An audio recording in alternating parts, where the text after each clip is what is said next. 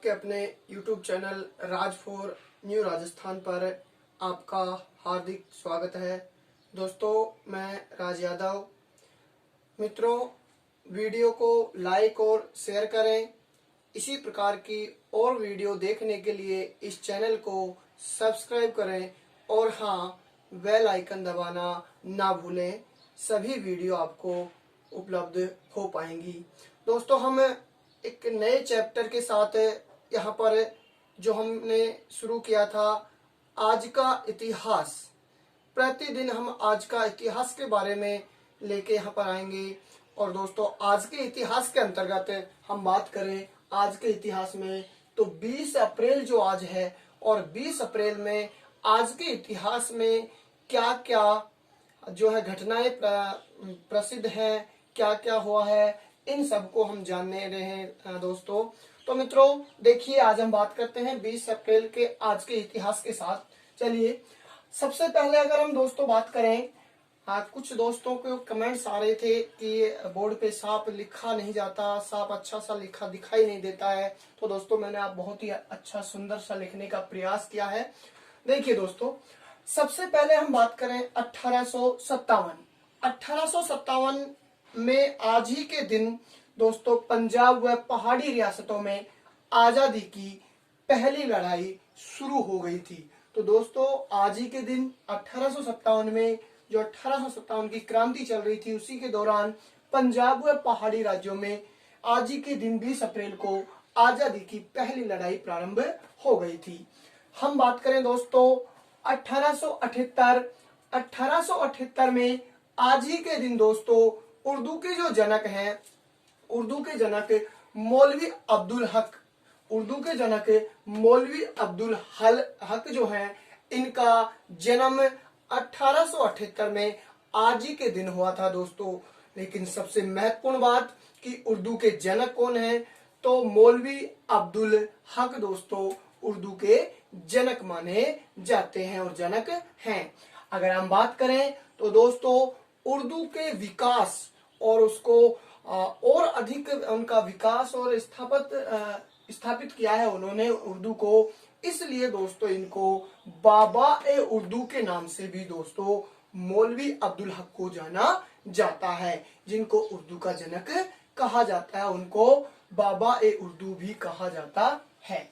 चलिए दोस्तों, हम बात करते हैं 1889 में आज ही के दिन जर्मन तानाशाह जो है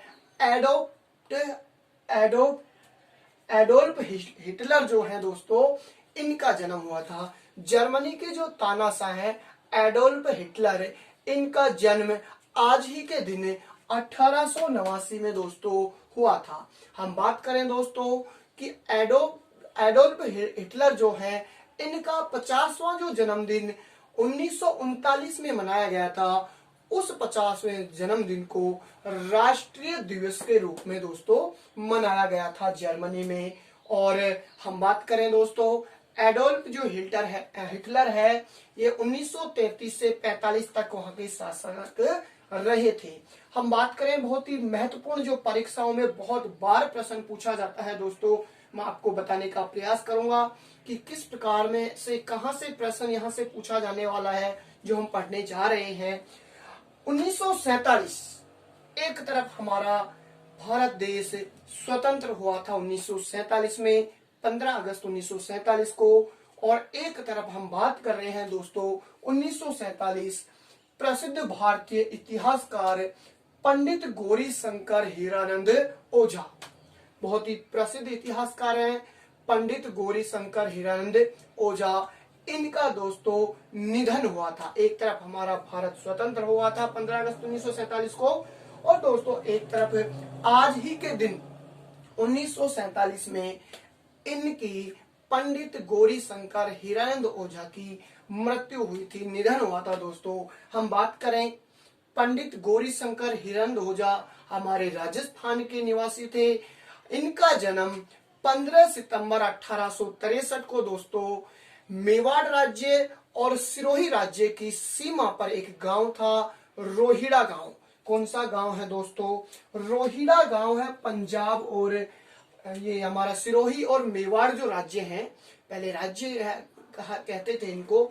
इन दोनों राज्यों की सीमा पर एक गांव है रोहिड़ा गांव, और इस रोहिड़ा गांव सिरोही में दोस्तों पंडित गौरी शंकर हीरानंद ओझा का जन्म हुआ था 15 सितंबर 1863 में। तो याद रखें दोस्तों, 15 सितंबर 1863 को रोहिड़ा गांव सिरोही। कृषि सुपरवाइजर के एग्जाम में ये प्रश्न पूछा जा चुका है दोस्तों एक बार, कि पंडित गौरी शंकर हीरानंद ओझा कहाँ के निवासी थे।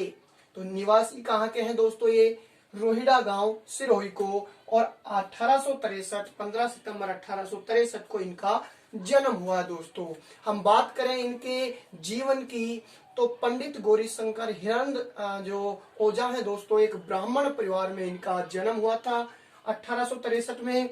और दोस्तों 1870 इनकी प्रारंभिक शिक्षा तो यहीं पर हुई थी, लेकिन 1877 में महज 14 वर्ष की आयु में शिक्षा हेतु दोस्तों ये मुंबई चले गए थे, और मुंबई में इन्होंने शिक्षा ग्रहण की। और इनका स्वास्थ्य ठीक नहीं था, ये रोगग्रस्त हो गए थे, इसलिए 1885 में दोस्तों मुंबई से वापस हमारे जन्म स्थान जो हमारे राजस्थान में इनका रोहिड़ा गांव था, यहाँ पर 1885 में मुंबई से वापस आ गए थे। इसके बाद में दोस्तों 1888 में 3 साल बाद इन्होंने, ये जो इतिहासकार हैं पंडित गौरी शंकर हीरानंद ओझा, ये उदयपुर गए थे दोस्तों, और उदयपुर में इनकी मुलाकात हुई थी कविराज श्यामल दास। कविराज श्यामल दास से इनकी मुलाकात हुई, और कविराज श्यामल दास दोस्तों पंडित गौरी शंकर हीरानंद ओझा से प्रभावित हुए, और प्रभावित होकर इन्होंने इतिहास विभाग में इनको मंत्री बना दिया गया था। पंडित गौरी शंकर हीरानंद ओझा को जब 1888 में ये उदयपुर गए, तो कविराज श्यामल दास से इनकी मुलाकात हुई, और वो प्रभावित हुए इनसे, और इनको इतिहास विभाग में मंत्री बना दिया गया था, मंत्री पद दिया गया था। दोस्तों अगर हम बात करें, पंडित गौरी शंकर हीरानंद जो ओझा हैं, ये अपना गुरु कविराज श्यामल दास को ही मानते हैं। इसके बाद में उदयपुर का जो विक्टोरिया हॉल है, वहां का पुस्तकालय और म्यूजियम का अध्यक्ष दोस्तों इनको बनाया गया था। उदयपुर के विक्टोरिया हॉल का पुस्तकालय और म्यूजियम हॉल का अध्यक्ष इन पंडित गौरी शंकर हीरानंद ओझा को बना दिया गया था। दोस्तों मैं इसलिए इनकी अधिक डिटेल बता रहा हूं, क्योंकि हमारे राजस्थान से संबंधित है, और प्रश्न यहाँ से पूछा जाता है। एक बार इनका जन्म यानी कहाँ के हैं ये पूछ लिया गया था। और भी देखिए, हम बात यहाँ पर कर रहे थे कि विक्टोरिया हॉल के पुस्तकालय और म्यूजियम का अध्यक्ष इनको जो है बना दिया गया था, और इससे पहले इनको कविराज श्यामल दास ने इतिहास विभाग में मंत्री पद दे दिया गया था। जब इनको विक्टोरिया हॉल में पुस्तकालय और म्यूजियम का दोस्तों अध्यक्ष बनाया गया था, तब वहां पर इन्होंने भारतीय प्राचीन एक ग्रंथ लिखा था दोस्तों। इन्होंने भारतीय प्राचीन लिपि माला, भारतीय प्राचीन लिपि माला इन्होंने दोस्तों ग्रंथ लिखा था, और ग्रंथ का नाम है भारतीय प्राचीन लिपि माला। भारतीय प्राचीन लिपि माला ग्रंथ इन्होंने दोस्तों वहां अध्यक्ष रहने के दौरान लिखा, और इस ग्रंथ का जो प्रकाशन हुआ था 1894 में हुआ था दोस्तों। और माना जाता है कि भारतीय जो अभिलेख है और भारतीय अभिलेखों का अगर अध्ययन करना है तो सबसे प्रामाणिक पुस्तक मानी जाती है दोस्तों भारतीय प्राचीन लिपि माला। भारतीय अभिलेखों के अध्ययन के लिए सबसे प्रामाणिक पुस्तक जो है मानी गई है दोस्तों। इसके बाद में दोस्तों पंडित गौरी शंकर हीरानंद जो ओझा है, इनकी मुलाकात लॉर्ड कर्जन से होती है, और लॉर्ड कर्जन से मुलाकात के बाद में लॉर्ड कर्जन ने इनको अजमेर के म्यूजियम का अध्यक्ष जो है बना दिया था। लॉर्ड कर्जन ने अजमेर के म्यूजियम का अध्यक्ष इनको बनाया था, और अजमेर के अध्यक्ष, म्यूजियम के अध्यक्ष बनने के साथ वहीं पे इन्होंने सिरोही राज्य के इतिहास का बारे में लिखा था दोस्तों। इन्होंने 1913 में जो प्रकाशित हुआ था। हम बात करें दोस्तों इसके बाद में इनकी जन्म स्थली पर ही जो है दोस्तों आज ही के दिन 1947 में इनका निधन हो गया था दोस्तों। ये हमारे लिए बहुत ही महत्वपूर्ण है दोस्तों। एक और हम यहाँ पर इनके बारे में बात करें तो कर्नल जेम्स टोड, जो राजस्थान के इतिहास के पिता कहे जाते हैं, जिन्होंने 2 पुस्तकें लिखी थी, the annals and antiquities of Rajasthan और पश्चिमी भारत की यात्रा। हम दोस्तों अगर बात करें the annals and antiquities of Rajasthan, जो कर्नल टोड की पुस्तक थी, उसका हिंदी अनुवाद भी दोस्तों इन्होंने ही किया था, पंडित गौरी शंकर हिरानंद ओझा। राजस्थान के इतिहास के जनक कर्नल टोड को कहा जाता है, लेकिन दोस्तों राजस्थान के इतिहास के वास्तविक जनक के रूप में अगर जाना जाता है तो पंडित गौरी शंकर हिरानंद ओझा को जाना जाता है। हम पढ़ेंगे भूगोल आगे तो वहां पर हम बात करेंगे।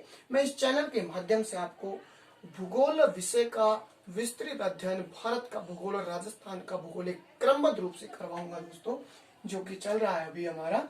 हाँ जी, हम बात करें तो इन्होंने जो है पंडित गौरी शंकर हिरानंद ओझा ने कर्नल टोड की पुस्तक the annals and antiquities of Rajasthan की जो पुस्तक थी उसका क्या किया था, हिंदी अनुवाद दोस्तों किया। चलिए दोस्तों आगे चलते हैं।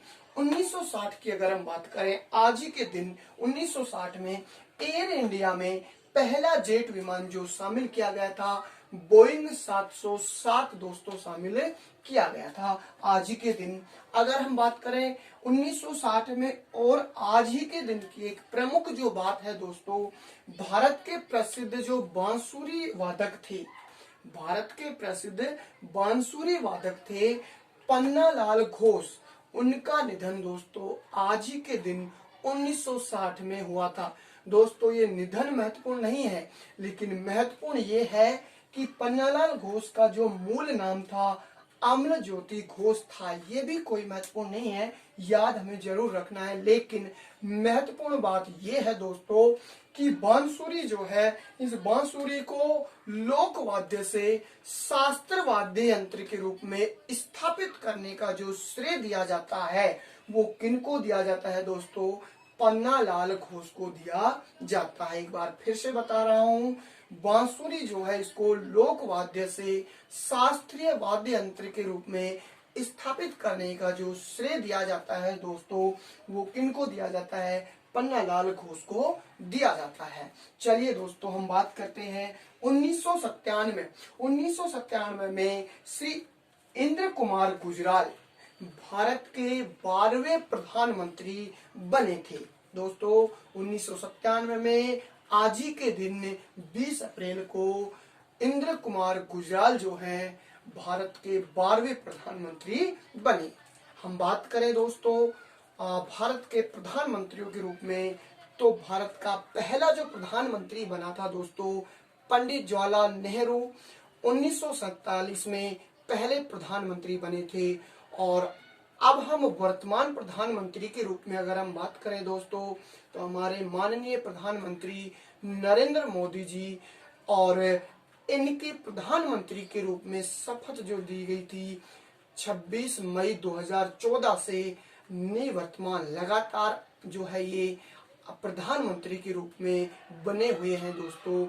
और इस कोरोना की महामारी से हमें बचाने के लिए उत्साहित कर रहे हैं दोस्तों प्रधानमंत्री नरेंद्र मोदी जी। और वर्तमान में 26 मई 2014 को वे प्रधानमंत्री पद के रूप में शपथ लिए थे दोस्तों। और पहले प्रधानमंत्री के रूप में जवाहरलाल नेहरू जी 1947 को बने थे। चलिए दोस्तों अगर आगे हम बात करें 2006 की अगर दोस्तों हम बात करें, भारत ने पहला विदेशी सैन्य अड्डा, भारत ने पहला विदेशी जो सैन्य अड्डा था वो तजाकिस्तान में स्थापित करने की दोस्तों घोषणा कर दी थी। 2006 में आज ही के दिन भारत ने पहला विदेशी सैन्य अड्डा तजाकिस्तान में स्थापित करने की दोस्तों घोषणा कर दी थी। इसके बाद में अगर हम बात करें दोस्तों 2011, तो 2011 में दोस्तों इसरो जो है ISRO, Indian satellite research organisation, भारतीय अंतरिक्ष अनुसंधान संगठन, दोस्तों इसका पूरा नाम भी कई बार पूछ लिया जाता है परीक्षा में। इसरो का जो पूरा नाम है इंडियन सैटेलाइट रिसर्च ऑर्गेनाइजेशन, भारतीय अंतरिक्ष अनुसंधान संगठन, दोस्तों इसका पूरा नाम होगा। चलिए हम बात करते हैं कि 2011 में आज ही के दिन जो है इसरो के द्वारा उपग्रह प्रक्षेपण यान PSLV जो है, PSLV ने 3 उपग्रहों को अंतरिक्ष में स्थापित किया था दोस्तों आज ही के दिन। हम बात कर रहे हैं दोस्तों इसरो की कि इसरो के ने आज ही के दिन 2011 में उपग्रह प्रक्षेपण यान जो है जो PSLV, इसने दोस्तों 3 उपग्रहों को आज ही के दिन जो है अंतरिक्ष में स्थापित किया था। चलिए दोस्तों हम इसरो के बारे में बात कर लेते हैं। प्रश्न यहाँ से पूछे जाते हैं। इसरो की स्थापना की अगर हम बात करें दोस्तों तो 15 अगस्त 1969 को 15 अगस्त 1969 को इसरो की स्थापना की गई थी। और इसका जो मुख्यालय है दोस्तों, कई बार परीक्षा में पूछा जाता है, बेंगलोर इसका मुख्यालय है। और दोस्तों इसके इसरो के वर्तमान जो अध्यक्ष हैं वो के सिवान जो हैं वर्तमान अध्यक्ष हैं। और वर्तमान अध्यक्ष के सिवान को जो है दोस्तों रॉकेट मैन के नाम से भी जाना जाता है। तो दोस्तों आपसे प्रश्न पूछा जा सकता है कि रॉकेट मैन से किसको जाना जाता है, तो दोस्तों वर्तमान इसरो के जो अध्यक्ष हैं के सिवान, इनको रॉकेट मैन के नाम से भी जाना जाता है। चलिए दोस्तों हम बात करते हैं आगे 2012 की अगर हम बात करें तो दोस्तों जो अग्नि 5 का मिसाइल का परीक्षण जो किया जा रहा था दोस्तों, और जैसे ही अग्नि 5 का मिसाइल का परीक्षण किया गया तो अमेरिका जो मीडिया है दोस्तों 2012 में आज ही के दिन अमेरिकी मीडिया ने दोस्तों भारत के अग्नि 5 के संदर्भ में कहा था कि इसने भारत को पड़ोसी देश चीन के बराबर खड़ा कर दिया है। देखिए दोस्तों भारत की मेहनत, भारत की उड़ान, और अमेरिकी मीडिया इसके बारे में बता रहा है कि 20 अप्रैल आज ही के दिन 2012 में बताया था कि अग्नि 5 ने पड़ोसी देश चीन के बराबर भारत को खड़ा कर दिया है। हम अग्नि 5 के बारे में दोस्तों अगर बात करें तो अग्नि 5 का जो प्रक्षेपण किया गया था, लॉन्च किया गया था, इसको दोस्तों उड़ीसा तट का एक व्हीलर द्वीप है दोस्तों। कौन सा द्वीप है दोस्तों? व्हीलर द्वीप।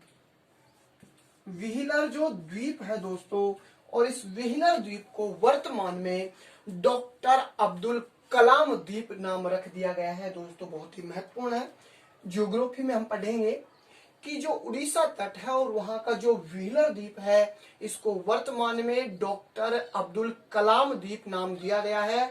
और इसी द्वीप से दोस्तों इस अग्नि 5 का जो है परीक्षण या इसको लॉन्च किया गया था दोस्तों। व्हीलर द्वीप, तो याद रखें व्हीलर द्वीप, उड़ीसा तट, नया नाम डॉक्टर अब्दुल कलाम द्वीप इसको कहा जाता है दोस्तों।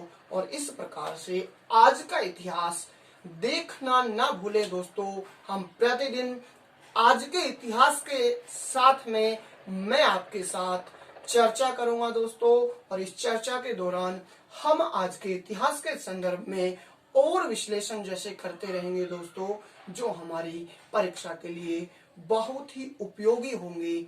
चलिए दोस्तों वीडियो को लाइक करें, शेयर करें और अधिक से अधिक शेयर करें, ताकि सभी विद्यार्थियों को जो इस समय लॉकडाउन के समय घर में बैठे हुए हैं, उन सभी को अध्ययन करने के लिए उपलब्ध करवाया जा सके।